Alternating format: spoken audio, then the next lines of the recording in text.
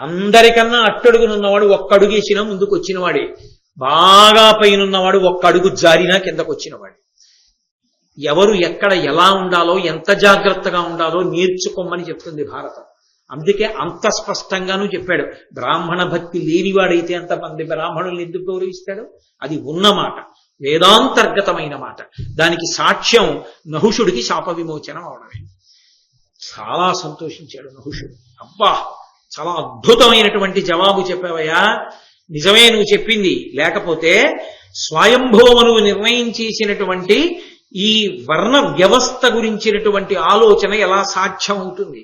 అందరూ ఈశ్వరుణ్ణి చేరడానికి అర్హులే. ఎవరు ఎలా పుట్టినా ఈశ్వరుణ్ణి చేరడానికి అనర్హులు మాత్రం కాదు. ఎవరి ధర్మాన్ని వాళ్ళు నిర్వర్తిస్తే ఈశ్వరుణ్ణి చేరిపోతారు తప్ప బ్రాహ్మణుడిగా పుడితేనే తరిస్తాడనుకోవడం పొరపాటు మాట. ఎవరిగా పుట్టినా తరిస్తాడు. బ్రాహ్మణుడిగా పుట్టి తరించడం నిజానికి చాలా చాలా కష్టంతో తరించాలి. కాబట్టి కిందికి జారిపోయే ప్రమాదం ఎక్కువగా పొంచి ఉంటుంది. చాలా గొప్ప మాట చెప్పావయ్యా, సంతోషించాను.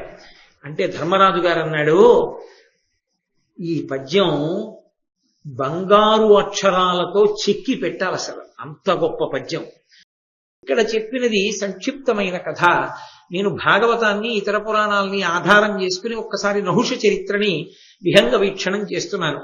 ఆ నహుషుడు యయాతి నహుషుని యొక్క కుమారుడే. యయాతి యాయాతి అని ఇద్దరు కుమారుల్లో ఆయనకి ఇద్దరు కుమారులు. మిగిలిన కుమారులతో పాటుగా ఇంకా ఎక్కువ 5 ఎంతమంది ఉన్నారు నహుషుడికి కొడుకులు. అటువంటి నహుషుడు ఎన్నో యజ్ఞములు, ఎన్నో యాగములు చేశాడు. ఆ యజ్ఞయాగాదులు చేసి ఉన్నటువంటి సమయంలో ఒక ఉపద్రవం వచ్చింది. దేవేంద్రుడు ఆయన మీదకి దండెత్తి వచ్చినటువంటి విశ్వరూపుడు అనబడేటటువంటి ఒక బ్రాహ్మణుడిని సంహరించాడు. ఆయన బ్రాహ్మణుడయ్యుండి రాక్షసుల పాలిట పక్షపాతం వహించాడు. అది కోపం వచ్చి ఇంద్రుడు తొందరపడి చంపేశాడు. ఆ చంపేయడంలో ఆయన్ని బ్రహ్మహత్యా పాతకం అంటుకుంది. అది నల్లని రూపంతో వెంబడించింది.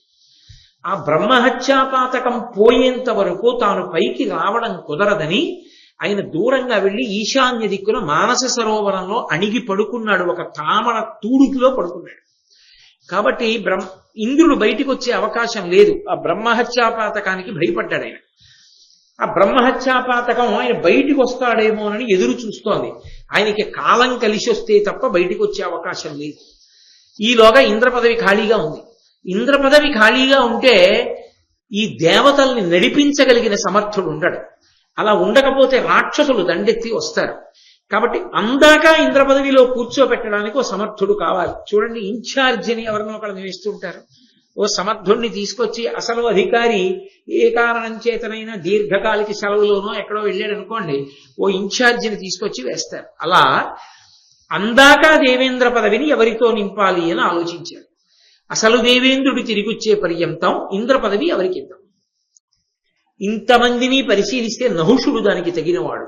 ఎన్నో యజ్ఞములు చేశాడు. 100 క్రతువులు చేస్తే తప్ప ఇంద్ర పదవి ఇవ్వకూడదు. అన్ని చేసిన వాడు కాబట్టి నహుషుడికి ఇద్దామని నహుషుడి దగ్గరికి వచ్చారు దేవతలు. నిన్ను ఇంద్రుడి స్థానంలో కూర్చోబెడతాను, రావలసింది అన్నారు. ఆ మాట వినగానే అహంకారం వచ్చేసి, నేను ఇంద్రుణ్ణి అయిపోయాను అనుకున్నాను. అనుకుని వెళ్ళి అతిశయంతో ఇంద్ర పదవిలో కూర్చున్నాను. కూర్చున్నవాడిని ఊరుకున్నానా? ఊరుకోలేదు. నహుషుడు చెప్తున్నాడు, నేను ఇంద్రుణ్ణి అన్న భావన ఆయన ఎందు జీర్ణం అయిపోయింది. ఓ 4 నెలల్లో 5 నెలల్లో ఇన్ఛార్జి చేసేసాడు అనుకోండి, ఆ తర్వాత ఆయన స్థానంలో ఆయన కూర్చోవడం చాలా కష్టమైపోతుంది. అప్పుడు అసలు కుర్చీలో కూర్చోవలసిన వాడు ఎవడో రాకుండా ప్రయత్నాలు చేసేవాళ్ళు కూడా ఉంటారు. దానికి అలవాటు పడిపోయి ఆఫీసుల్లో పనిచేసే వాళ్ళకి బాగా తెలుస్తుంది.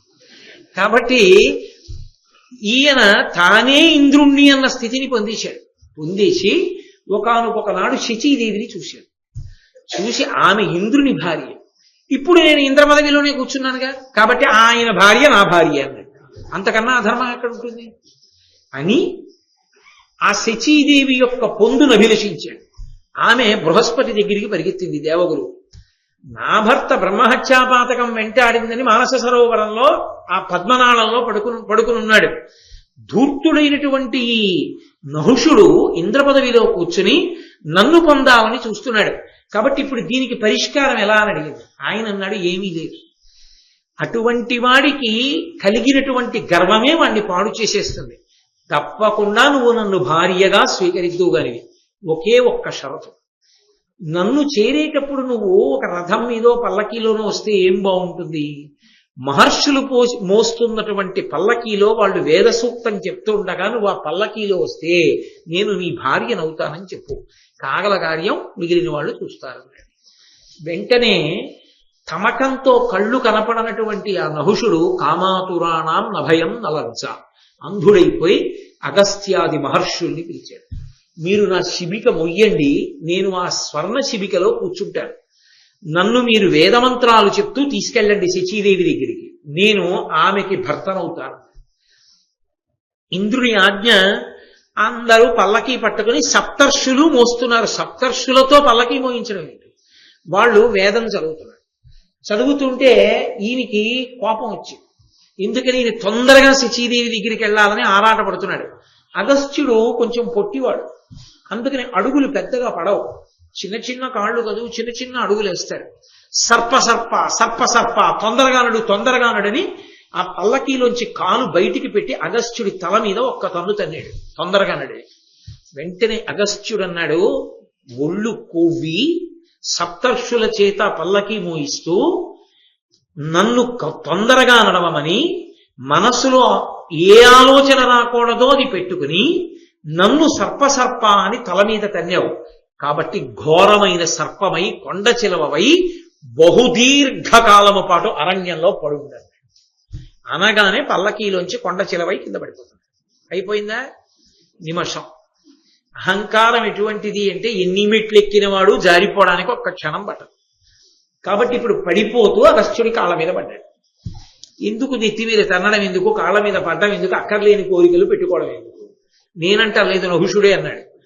ఆ అగస్త్యుడి కాళ్ళ మీద పడి, మహాప్రభో మీరన్నమాట ఉత్తిని పోదు, బహుదీర్ఘకాలం కొండ చిలవనై పడుండాలి. కొండ చిలవక ఆకలి ఎక్కువ, గమన వేగం తక్కువ, అది వేగంగా వెళ్ళదు. అందుకని నాకు 2 వరాలు ఇవ్వండి. ఒకటి శాప విమోచనం, నాకు అసలు ఆ కొండ చిలవ రూపం ఎప్పుడు పోతుందో చెప్పండి.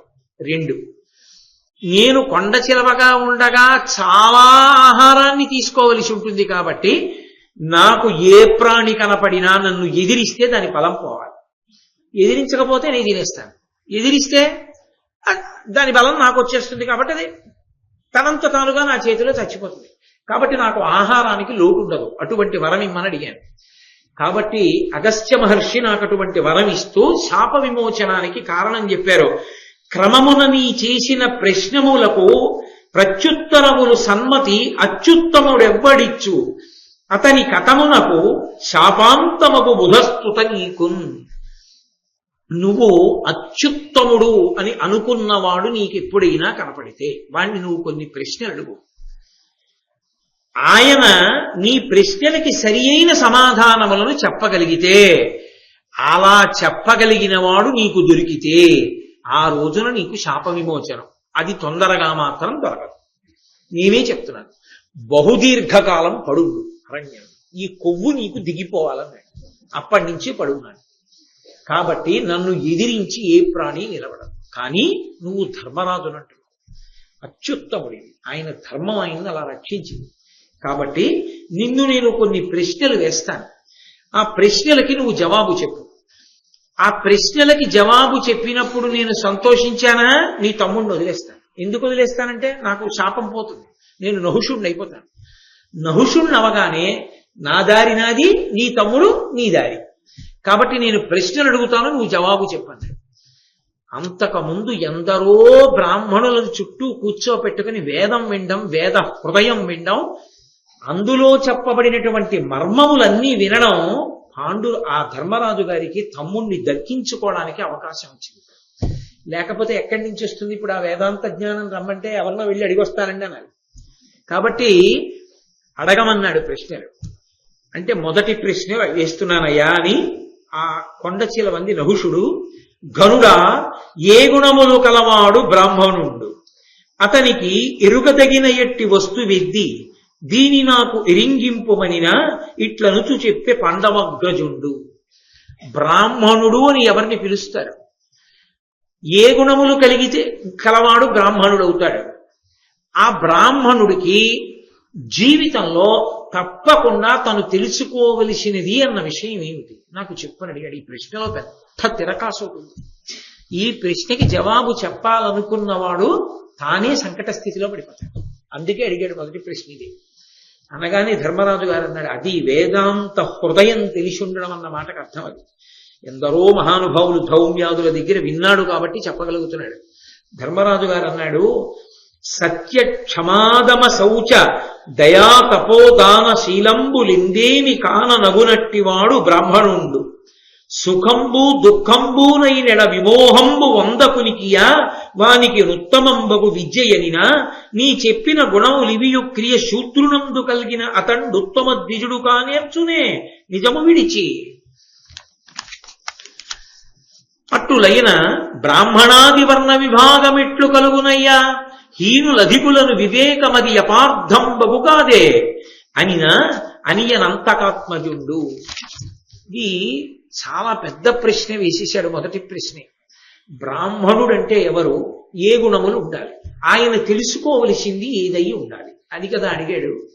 ధర్మరాజు గారు అన్నాడు, సత్యము, ఎప్పుడూ మాట తప్పకపోవడం, క్షమ, ఓర్పు కలిగి ఉండడం, దమము, అంతరింద్రియ నిగ్రహము, బాహ్య ఇంద్రియ నిగ్రహము మొదలైనవి, శౌచము, ఎప్పుడూ కూడా ఆంతరమునందు బయట కూడా పవిత్రతను నిలబెట్టుకోగలగడం, దయ, సమస్త ప్రాణుల యందు దయ కలిగి ఉండడం, అలాగే తపస్సు, దానము, దానం చెయ్యగలిగినటువంటి వాడై ఉండడం, శీలంబు, మంచి స్వభావం కలిగి ఉండడం, ఇందేమి కాన నగునట్టివాడు బ్రాహ్మణుడు.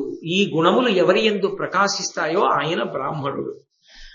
సుఖంబు దుఃఖంబునైనడ విమోహమునందొందకునికియు వానికి నుత్తమంబగు విద్య.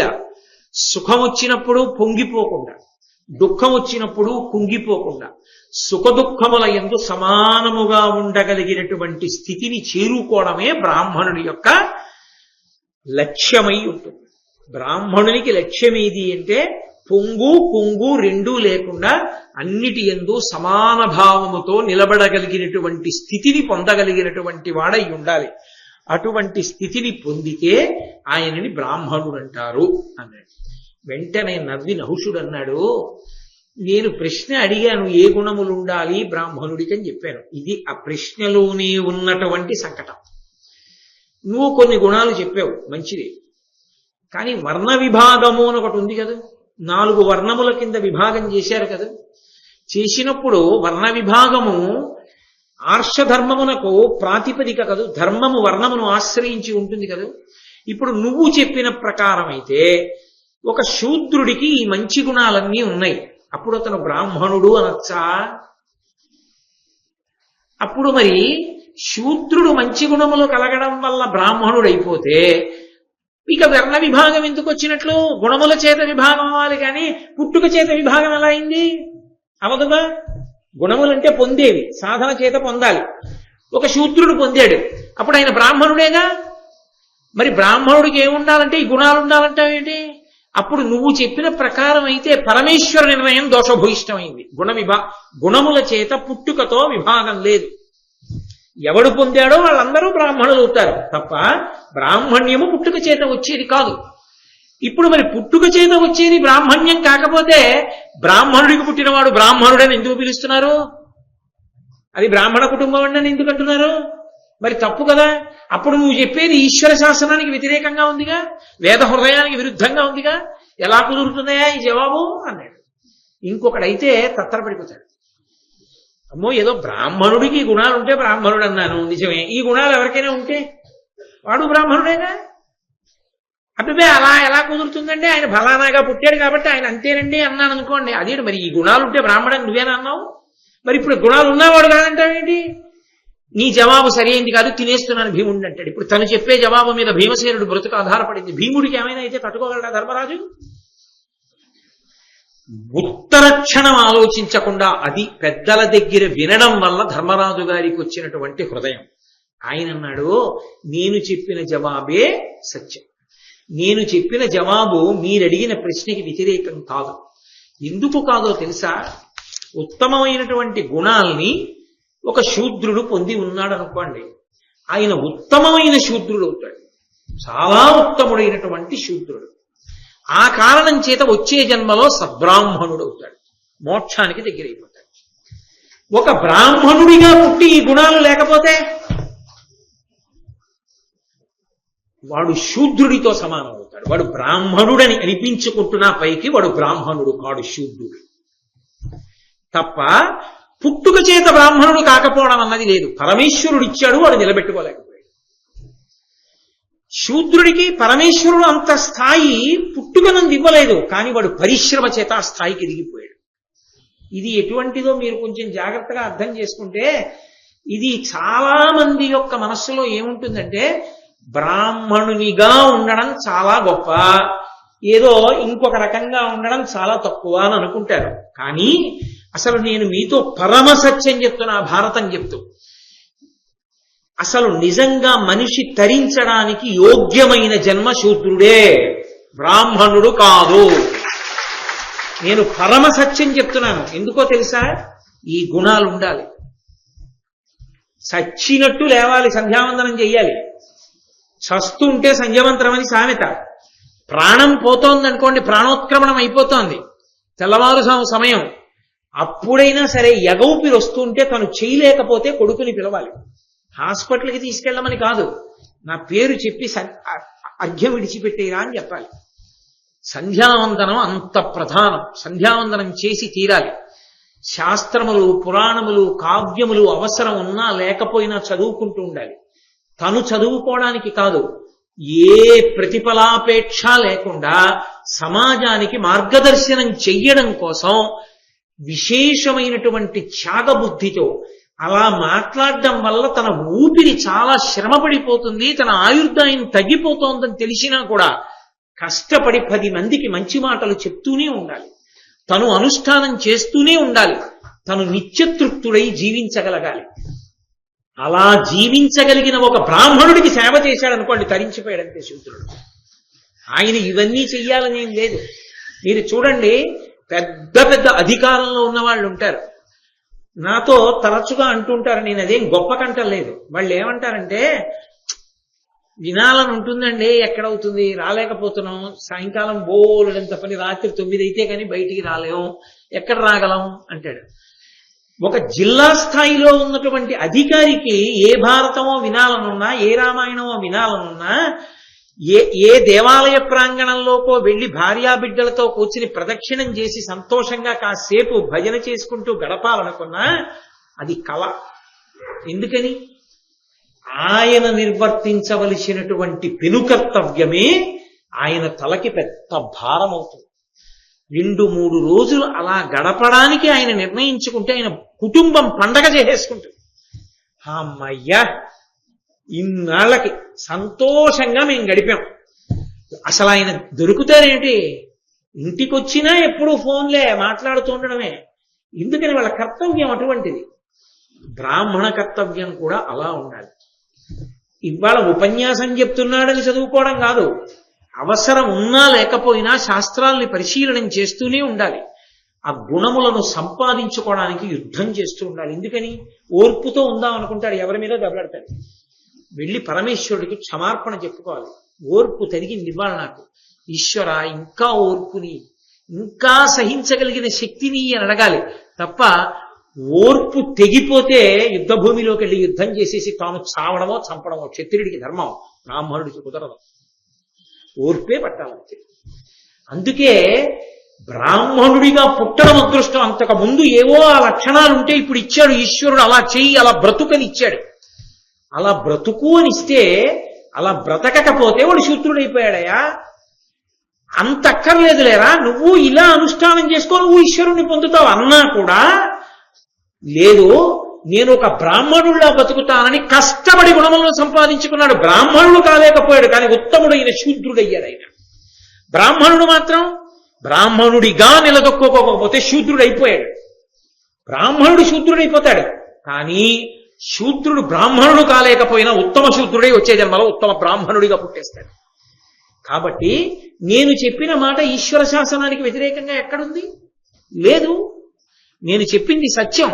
కాబట్టి గుణ విభాగము చేతనే బ్రాహ్మణుడిగా నిలబడడం సాధ్యం, పుట్టుక చేత కాదు.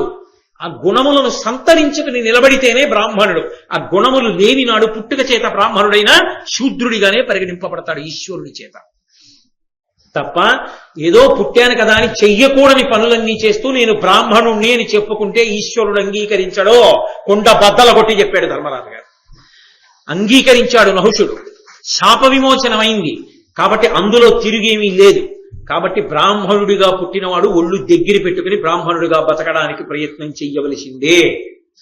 అందరికన్నా అట్టడుగునున్నవాడు ఒక్కడుగేసినా ముందుకు వచ్చినవాడే, బాగా పైనున్నవాడు ఒక్కడుగు జారినా కిందకు వచ్చినవాడు. ఎవరు ఎక్కడ ఎలా ఉండాలో ఎంత జాగ్రత్తగా ఉండాలో నేర్చుకోమని చెప్తుంది భారతం. అందుకే అంత స్పష్టంగానూ చెప్పాడు. బ్రాహ్మణ భక్తి లేనివాడైతే అంతమంది బ్రాహ్మణుల్ని ఎందుకు గౌరవిస్తాడు? అది ఉన్నమాట, వేదాంతర్గతమైన మాట. దానికి సాక్ష్యం నహుషుడికి శాప విమోచనం అవడమే. చాలా సంతోషించాడు నహుషుడు. అబ్బా, చాలా అద్భుతమైనటువంటి జవాబు చెప్పావయ్యా, నిజమే నువ్వు చెప్పింది. లేకపోతే స్వయంభూమనువు నిర్ణయం చేసినటువంటి ఈ వర్ణ వ్యవస్థ గురించినటువంటి ఆలోచన ఎలా సాధ్యం అవుతుంది? అందరూ ఈశ్వరుణ్ణి చేరడానికి అర్హులే. ఎవరు ఎలా పుట్టినా ఈశ్వరుణ్ణి చేరడానికి అనర్హులు మాత్రం కాదు. ఎవరి ధర్మాన్ని వాళ్ళు నిర్వర్తిస్తే ఈశ్వరుణ్ణి చేరిపోతారు తప్ప బ్రాహ్మణుడిగా పుడితేనే తరిస్తాడనుకోవడం పొరపాటు మాట. ఎవరిగా పుట్టినా తరిస్తాడు. బ్రాహ్మణుడిగా పుట్టి తరించడం నిజానికి చాలా చాలా కష్టంతో తరించాలి. కాబట్టి కిందికి జారిపోయే ప్రమాదం ఎక్కువగా పొంచి ఉంటుంది. చాలా గొప్ప మాట చెప్పావయ్యా, సంతోషించాను. అంటే ధర్మరాజు గారు అన్నాడు, ఈ పద్యం బంగారు అక్షరాలతో చెక్కి పెట్టాలి, అసలు అంత గొప్ప పద్యం. వృత్తవంతుండు వెండియు వివిధగతుల వృత్తవంతుండుగా నేర్చు, వృత్తహీనుడైన వాడు విహీనుండయండ్రుగాన విత్తరక్షకు కడుమేలు వృత్తరక్ష, విత్తరక్షకు కడుమేలు వృత్తరక్ష. ఈయన ఎలా ఉంటారు అన్నది చూస్తుంది లోకం. ఆయనండి చాలా ఎంత జాగ్రత్తగా ఉంటాడో, ఎన్ని మంచి గుణాలు ఉన్నవాడో అని లోకం అంటున్న కొద్దీ ఆ గుణములను ఆయన రక్షించుకుంటూ ఉండాలి. ఒక్కడే అన్నప్పుడు పర్వాలేదు, ఆ ఒక్కడే మళ్ళీ అబ్బాయి అనుకున్నాను కానండి అలాంటి వాడు కాడంటే పర్వాలేదు. 1,000,000 మంది ఆయన చాలా ఉత్తముడు అన్నారు అనుకోండి, 1,000,000 మంది ఉత్తముడు కాడనడానికి సమయం చాలా తక్కువ పడుతుంది, ఒకడు అనడానికి ఎక్కువ సమయం పడుతుంది. ఎందుకో తెలుసా? ఆ ఒక్కడు మళ్ళీ వీడు ఉత్తముడు కాడంటే నన్నేమని అంటారేమో, నిన్న ఉత్తముడు అన్నాడు ఇవాళ ఉత్తముడు కాడంటున్నారని అనడానికి భయపడతాడు ఒకడైతే. 1,000,000 మంది ఒక వ్యక్తిని మంచివాడన్నారు అనుకోండి, ఆ వ్యక్తిలో కించిత్తు దోషం ఎక్కడైనా దొరికిందనుకోండి, అసలు అది వెతకడానికే సభలకు కూడా వచ్చేవాళ్ళు ఉంటారు. ఆయన యందు ఏమైనా దోషం దొరుకుతుందా అని తిరుగుతుంటారు కొంతమంది. అలా దొరకగానే దాన్ని భూతద్దంలో చూపించేసి వెంటనే పనికిమాలినవాడు అని నిర్ధారణ చేసేస్తుంది. లోకంలో అది పలుతెరగుల వెళ్ళిపోతుంది. అందుకే విత్తరక్ష కన్నా వృత్తరక్ష అవసరం అవుతుందయా. ఎవరు నడవడిని నిలబెట్టుకోవాలనుకుంటాడో, పరమ జాగ్రత్తగా బ్రతకాలనుకుంటున్నాడో అటువంటి వాడికి విత్తం పోయినా పర్వాలేదు, డబ్బు పోయినా లెక్క పెట్టడు, తన నడవడిని రక్షించుకోవడానికే జాగ్రత్త పడతాడు. కాబట్టి విత్తరక్ష కన్నా వృత్తరక్ష గొప్పది. ఎవరికైనా కూడా, ఎవరికైనా అదే గొప్పది. ఆ మార్గంలో వెళ్ళినప్పుడు ఎవరైనా ముందుకే వెడతారు తప్ప వెనక్కి రారు. మళ్ళీ దానికి సమాధానం చెప్పాడు. బ్రాహ్మణుడు కూడా వెనక్కి జారడం. వృత్తరక్ష చేసుకున్న నాడు అంటే నడవడిని నియంత్రించుకున్న నాడు బ్రాహ్మణుడు బ్రాహ్మణుడిగా ఉంటాడు. నడవడిని నియంత్రించుకున్నవాడు కిందివాడు పైకెక్కుతాడు తప్ప కిందకి జారడం. తన పని తాను చేసుకున్న నాడు ఎవడైనా ఈశ్వరుణ్ణి చేరుతాడు. కాబట్టి విత్తరక్ష కన్నా వృత్తరక్ష కొరకే పెద్దలైన వాళ్ళు ప్రయత్నిస్తూ ఉంటారయా నహుషా. అందుకని లోకంలో అది మంచి వాళ్ళ యందు ఉండేటటువంటి లక్షణం. చాలా సంతోషించాడు నహుషుడు. చాలా మంచి మాట చెప్పావు. అయితే నేను నిన్నిప్పుడు 3వ ప్రశ్న వేస్తున్నాను. ఏమిటి ఆ 3వ ప్రశ్న అంటే, అప్రియం మరి నీతో లోకంలో అప్రియంబు చేసియు మరి అనృతవాది అయ్యు హింస గావింపనీయం మహాత్ముడేగు సుగతికి అండ్రది ఎట్లు అహింస అనగా ఇంత విశేషం ఎట్లయ్యి చెప్పుమా. లోకంలో అనేకమైనటువంటి మంచి గుణాలు చెప్పబడతాయి. కొన్ని కొన్ని గుణములు వేదంలో చెప్పినటువంటి గుణములు అందరికీ అన్వయం అవుతాయి. అవి కొంతమందికే అన్వయం అవుతాయి అని అనుకోకూడదు. కొన్ని కొన్ని గుణాలు, దొంగతనం చేయకండి అన్నారు అనుకోండి, అది బ్రాహ్మణులకే వర్తిస్తుందని అనకూడదు, అందరికీ వర్తిస్తుంది. కాబట్టి అందరూ పొంది ఉండవలసినటువంటి గుణములు కొన్ని ఉన్నాయి. వాటన్నిటిలోకి గొప్పదిగా దేన్ని చెప్తారంటే అహింసా పరమో ధర్మ. అన్నిటిలోకి అహింస గొప్పది. ఆయన అబద్ధాలు ఆడతాడండి, కానీ గొప్ప అహింసావాది, ఆయన దేవతగా మారతాడు. మరి ఏమయ్యా, పక్కన దోషం ఉంది కదా, అబద్ధాలాడే దోషం. అబద్ధాలాడే దోషం ఉన్న అహింసావ్రతంలో ఉన్నటువంటి వాడు దేవతలుగా మారుతున్నాడు. అహింస అనబడేటటువంటి గుణానికి అంత శక్తి ఎక్కడి నుంచి వచ్చింది? అది పక్కన చిన్న చిన్న దోషాలున్నా కూడా దాటి శక్తిని ఎందుకు ఇవ్వగలుగుతోంది? అహింసకు అంత శక్తి ఎక్కడి నుంచి వచ్చింది అని అడిగాడు. అడిగితే మళ్ళీ యథార్థానికి ఇది చాలా చాలా కఠినమైన ప్రశ్న అండి. అహింస అన్నారు అనుకోండి, నిజానికి 100కి 100 అహింసా వ్రతం చేసేటటువంటి వాడు లోకంలో కనపడడు. ఎందుకు కనపడడో తెలుసా? ఈ ఉపన్యాసం చెప్పి నేను ఇంటికి వెళ్ళి చపాతీ తిన్నాను అనుకోండి, అది కాల్చినప్పుడు కొన్ని కీటకాలు చచ్చిపోయా, హింస జరిగిందా లేదా? ఎక్కడ జరుగుతుంది అహింస?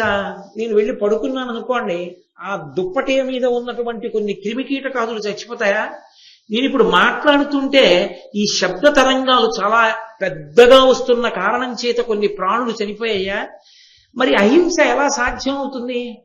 అందుకే మీరు చాలా జాగ్రత్తగా అర్థం చేసుకుంటే, వేదమునందు అహింస అన్న మాటకు అర్థం వేరు. వేదమునందు అహింస అన్నది ఆశ్రమాన్ని బట్టి ఉంటుంది, అందరికీ ఒకలా ఉండదు అహింస. గృహస్థు ఉన్నాడనుకోండి, ఆయన చేసేది పాకయజ్ఞము అంటారు, వంట చేసుకోవడం. ఆయన వంట చేసుకుంటే కట్టెలలో కొన్ని పురుగులు ఉంటాయి, కాలిపోయి చచ్చిపోతాయి. నీళ్లలో కొన్ని పురుగులు చచ్చిపోతాయి. వంట చేసుకుంటే కొన్ని చచ్చిపోతాయి, తింటుంటే కొన్ని చచ్చిపోతాయి, మాట్లాడితే చచ్చిపోతాయి, నడిస్తే చచ్చిపోతాయి.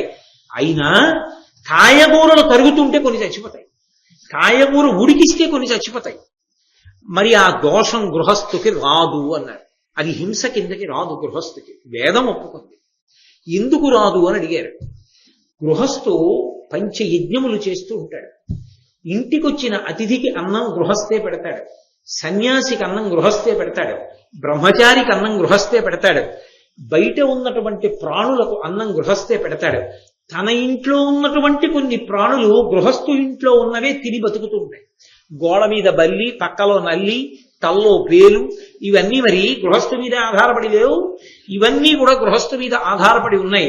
ఇన్ని ప్రాణులను నిలబెట్టిన కారణం చేత తప్పక చేస్తున్న హింస ఏది ఉందో అది అహింస కిందకే వెడుతుందన్నారు. అదే ఒక సన్యాసి ఉన్నాడు అనుకోండి, సన్యాసి వంట చేయించుకు తిన్నాడు అనుకోండి, పీఠాధిపతి వినా, పీఠాధిపతుల ధర్మం వేరు.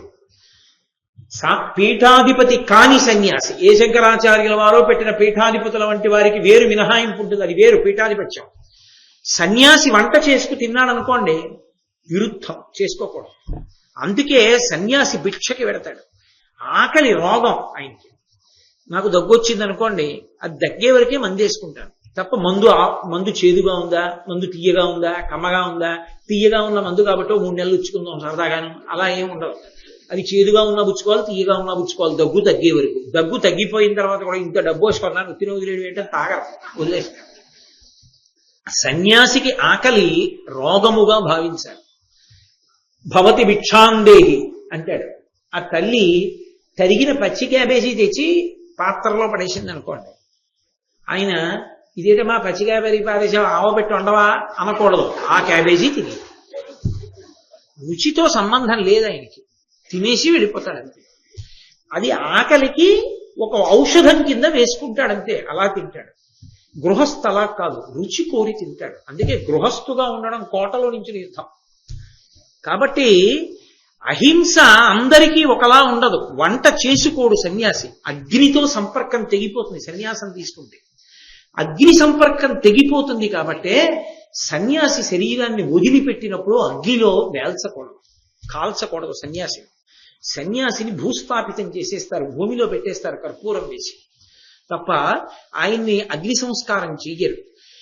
ఇందుచేత ఆయన అగ్నితో సంబంధాన్ని వదిలిపెట్టేశాడు.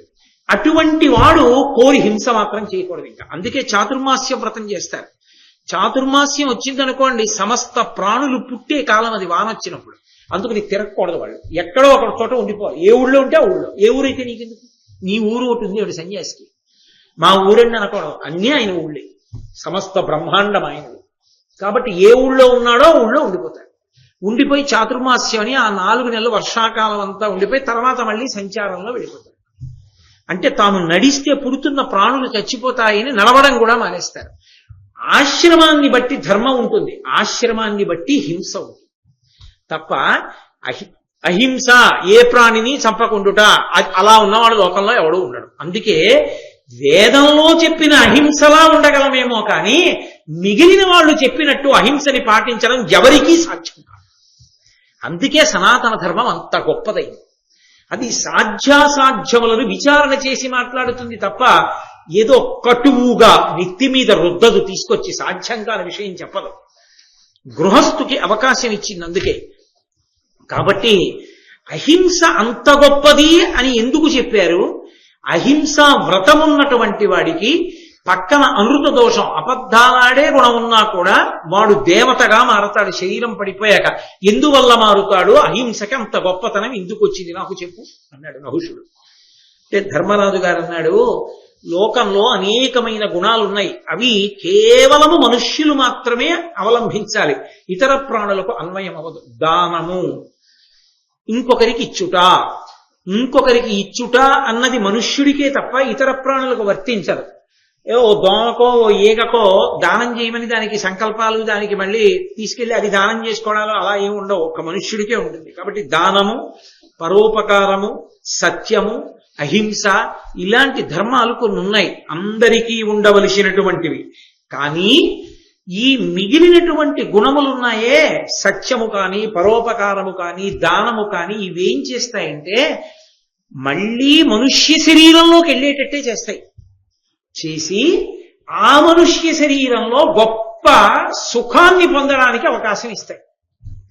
అంటే మీరు కొంచెం జాగ్రత్తగా అర్థం చేసుకుంటే, ఏదో చాలా గొప్ప దానాలు చేశాడు ఒక ఆయన, నేను పుణ్యం చెయ్యాలి అని దానం చేస్తూ వెళ్ళాడు. ఇప్పుడు ఆ దానం చేసిన పుణ్యం అనుభవించడానికి ఒక గొప్ప ఐశ్వర్యవంతుడిగా పుడతాడు. పుట్టి ఆయన చేసుకున్నటువంటి దానముల యొక్క ఫలితంగా కొన్ని సుఖాలను అనుభవిస్తాడు. కాబట్టి పునర్జన్మ ఉంటుంది మళ్ళీ.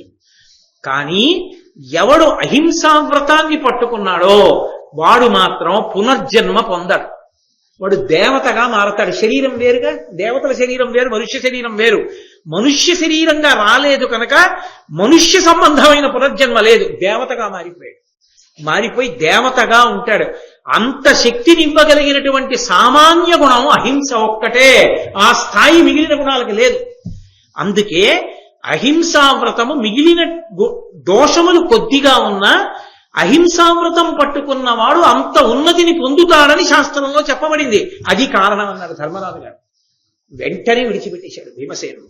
విడిచిపెట్టేసి, అద్భుతమైన జవాబులు చెప్పావయ్యా ధర్మరాజా, చాలా సంతోషాన్ని పొందాను, కాబట్టి నీ తమ్ముడిని విడిచిపెట్టానన్నాడు. వెంటనే నహుష చక్రవర్తిగా మారిపోయి నువ్వు ఇన్ని విషయాలు విన్నావు, విన్న విషయాల్ని రాగద్వేషాలు లేకుండా శాస్త్రం చెప్పిన దాన్ని చెప్పినట్టుగా మనసులో పెట్టుకున్నావు కాబట్టే నేను ప్రశ్నలు అడిగితే చెప్పగలిగావు.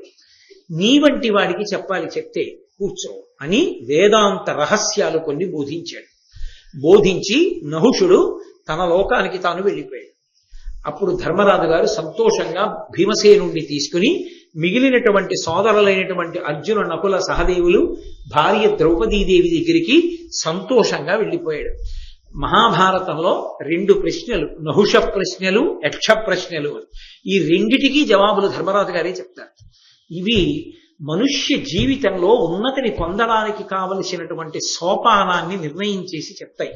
అందుకే ఆరణ్య పర్వమునందు ఇవాళ చెప్పినటువంటి ఘట్టం ఏదుందో ఆ ఘట్టాన్ని చాలా విశేషమైనటువంటి ఘట్టంగా లోకంలో భావన చేస్తారు. అంత గొప్ప ఘట్టాన్ని ఇవాళ పరమేశ్వరుడు నా చేత చెప్పించి నన్ను ధన్యుణ్ణి చేశారు, వినడానికి అవకాశం ఇచ్చి మిమ్మల్ని ధన్యుణ్ణి చేశాడు. ఆ పరమాత్మకి నమస్కారం చేస్తూ రేపటి రోజున రేపటి నుంచి ఇంకా చాలా గొప్ప ఘట్టాలు నడుస్తాయి. కారణం ఏమంటే మార్కండేయ మహర్షి ప్రవేశిస్తారు. మార్కండేయుడి గొప్పతనం ఏంటంటే దీర్ఘాయుష్మంతుడు, కొన్ని యుగాలు చూసేశాడు ఆయన. ఆయన మాట్లాడతాడు ధర్మరాజు గారి దగ్గరికి వచ్చి,